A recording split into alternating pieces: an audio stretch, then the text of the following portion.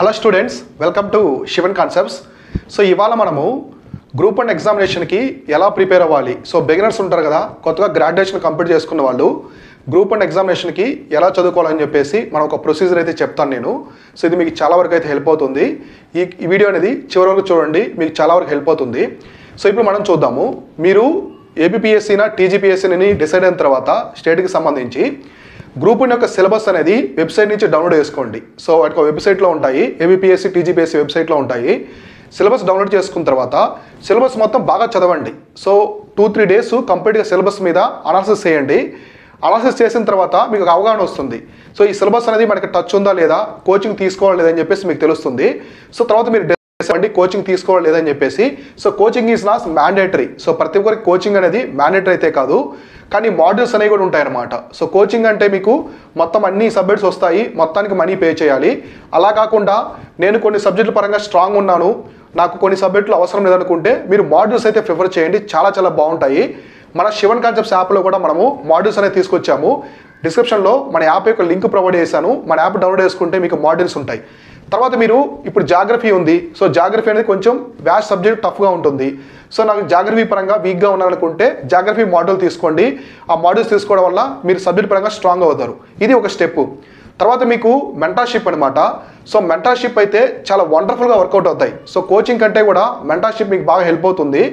Coaching అనేది మీ ప్రిపరేషన్లో 20% మాత్రమే హెల్ప్ అవుతుంది, కానీ మెంటర్షిప్ అనేది మీకు ఆల్మోస్ట్ 70% వరకు మెంటర్షిప్ అనేది చాలా చాలా హెల్ప్ అవుతుంది. సో మనం కూడా మెంటర్షిప్ అనేది ప్రొవైడ్ చేస్తాం గ్రూప్ 1కి, టీజీపీఎస్సీకి, ఏబీపీఎస్సీకి ఆల్రెడీ బ్యాచెస్ అనేవి లాంచ్ చేస్తున్నాము. డిస్క్రిప్షన్లో మన వాట్సాప్ టీమ్ని కాంటాక్ట్ అయ్యి మీరు మన మెంటర్షిప్లో జాయిన్ అవ్వచ్చు. మనది కంప్లీట్గా పర్సనల్ గైడెన్స్ అనమాట, ఓకేనా.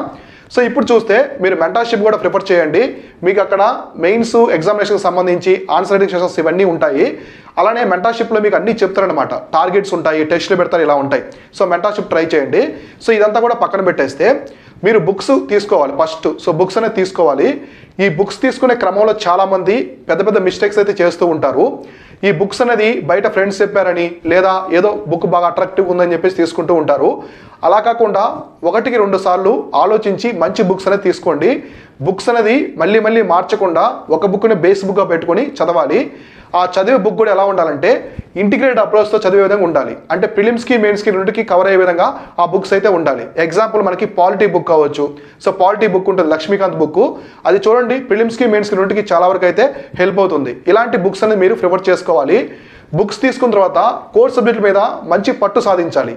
కోర్ సబ్జెక్ట్స్ అంటే జాగ్రఫీ, ఇండియన్ హిస్టరీ, అలానే మీకు ఇండియన్ ఎకానమీ కావచ్చు, తర్వాత పాలిటీ, సైన్స్ అండ్ టెక్నాలజీ, ఇటువంటి సబ్జెక్టుల మీద మీరు మంచి పట్టు సాధించాలి. అది ప్రిలిమ్స్ పరంగా, మెయిన్స్ పరంగా కూడా బాగా చదువుకోవాలి. తర్వాత చివరిలో మీరు సబ్జెక్ట్స్ అన్ని కంప్లీట్ చేసిన తర్వాత నోట్ మేకింగ్ చేసుకోవాలి. 2 రీడింగ్స్ ఇచ్చిన తర్వాత ప్రతి సబ్జెక్ట్ కూడా నోట్ మేకింగ్ చేసుకున్న తర్వాత మళ్ళీ ఒకసారి నోట్ మేకింగ్ మొత్తం చదవాలి. చదివిన తర్వాత అప్పుడు టెస్ట్ రాయండి. టెస్ట్ అనేది రాయాలి, మెయిన్స్ టెస్ట్ కానీ లేదా ప్రిలిమ్ టెస్ట్ అనేది అప్పుడు మీరు రాస్తే మీకు తెలుస్తుంది. టెస్ట్ రాసిన తర్వాత ఎక్కడ మనం వీక్గా ఉన్నాము, ఎక్కడ స్ట్రాంగ్గా ఉన్నామని చెప్పేసి ఒక్కసారి అందరూ కూడా రెట్రోస్పెక్టివ్ చేసుకోండి. ఎక్కడ తప్పు ఉన్నాము, ఎక్కడ కరెక్ట్గా ఉన్నామని చెప్పేసి అనాలిసిస్ చేసుకోవాలి. ఇలా మీ ప్రిపరేషన్లో నెంబర్ ఆఫ్ లెవెల్స్ అనేవి నడుస్తూ ఉంటాయి.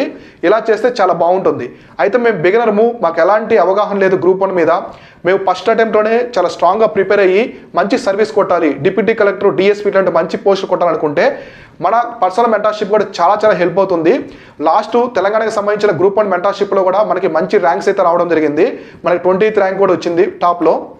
వాళ్ళంతా కూడా చాలా బిగినర్స్ అనమాట, మొట్టమొదటిసారి గ్రూప్ 1 రాసిన వాళ్ళు. అయితే మనము మన మెంటర్షిప్లో